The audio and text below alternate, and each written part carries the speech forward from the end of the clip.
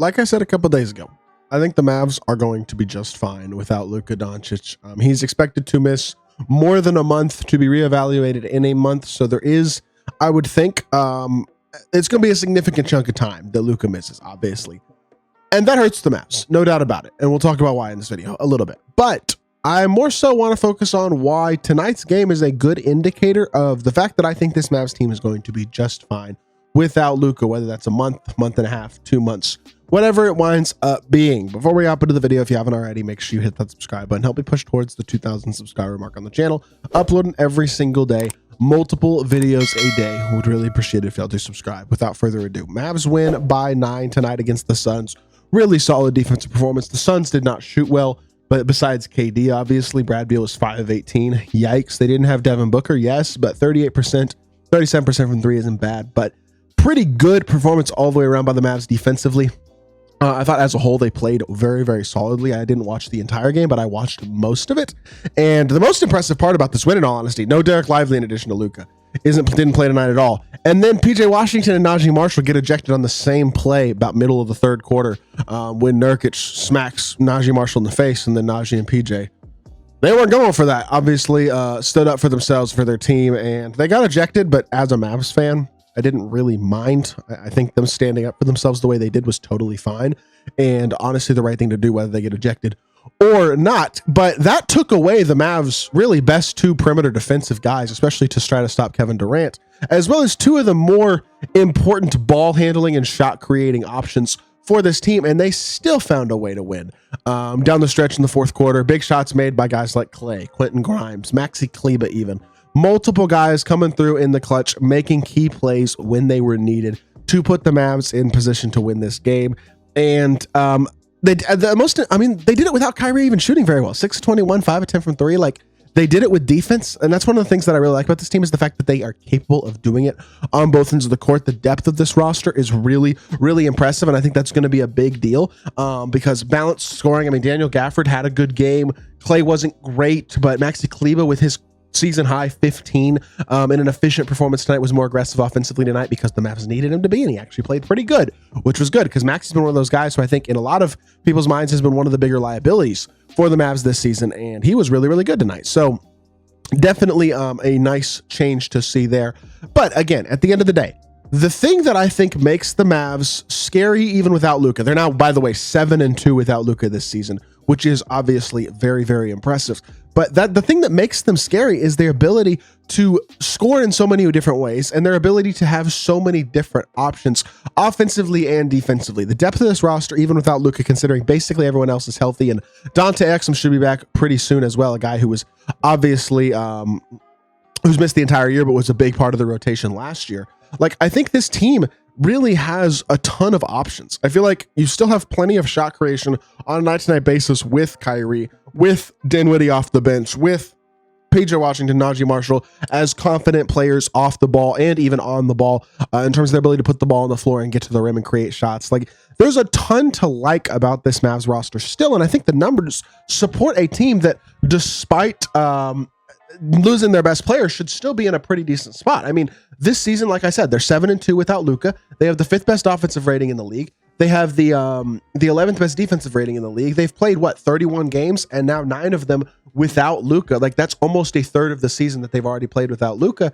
And the schedule doesn't, like, set up terribly for this Mavs team. I mean, the big win tonight against a pretty good Phoenix team that admittedly is having their struggles as of late. But you look at the next month and a half of games, and sure, you got some tough matchups in there. Houston, Cleveland, Denver a couple times. I mean, Denver's had their struggles, but sure, Oklahoma City again, Boston. Like, you can look through here and find the tough matchups. Cleveland again, Boston again. But there's also a lot of games that I think should be pretty winnable. I mean, pretty easy wins, honestly. Games like Portland, a struggling Sacramento team.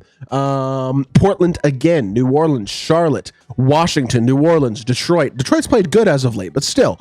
And I think they'll find a way to win enough of these competitive games against good teams. They're not going to win all of them, but they're going to win enough of those games to where, again, I think the fears of this team all of a sudden struggling significantly are overblown. Because when you look at the standings, they're the 4 seed. They're a game and a half back of the 2 seed. The 1 seed's out of the question, I think, personally, unless something significant were to change with the Oklahoma City Thunder. But They are what? Actually 4 games up on the play-in at this point, and in a pretty solid spot to where if they can just play 500 basketball until Luka returns, which I think again is very possible. I mean, they're playing much better than 500 basketball without him so far this season. But if they're just a 500 basketball team for the next, let's say Luka misses 20 more games, that's going to put them at around 30 and 20, 30 and 21. And that record will still have them, I think, as a top 5 or 6 seed at the worst in the Western Conference. They've built enough of a barrier at this point. It's not a huge barrier, but they've built enough of a barrier to feel relatively comfortable, I think, in the West when it comes to the regular season. And I think they have proven already that they are a good enough basketball team, even without Luka, to win competitive games and win games against good teams. And I think they should more often than not be able to definitely take care of business against bad teams. And that's really encouraging. And I think this roster it's the deepest Mavs roster we've ever had. I mean, Kyrie had a rough game tonight, but for the season, he's still shooting almost 45% from 3, averaging 24, 4.5, and 5, not turning the ball over a ton. He's still very much a primary ball handler. Is he a true number 1 option in like a playoff series? Probably not. Is he a guy who can 100% be a night-to-night number 1 option in the regular season still?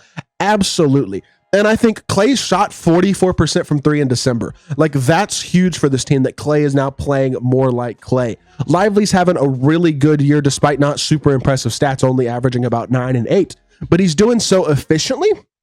And he's playing great defense, protecting the rim at a high level, rebounding really well. Obviously, Daniel Gafford, who I think isn't an unbelievable player, but is a very useful, very good player, is another guy who provides a lot of energy, plays his role well, is going to provide rim protection, effort, rebounding, intensity, all the type of stuff that you want from a big man. And I think that big man duo, I've talked about it many times, but is really, really solid. And then you have your X factors. PJ Washington is nearly 40% from 3 after a slow start. Najee Marshall is not shooting the ball great, but has really played well, especially in the games that Luka has missed this season. And again, will be counted on to carry more of a ball handling shot creation load with Luka out. I think he can meet and exceed that challenge. Quentin Grimes has been awesome, especially lately, but really all season. Again, shooting over 41% from 3 and providing high-level perimeter defense and even some off-the-dribble shot creation stuff as well. If you get Maxi Kleber to play more like he did tonight, start shooting the ball more efficiently, shooting the ball with more confidence, then is all of a sudden he becomes a really useful, valuable player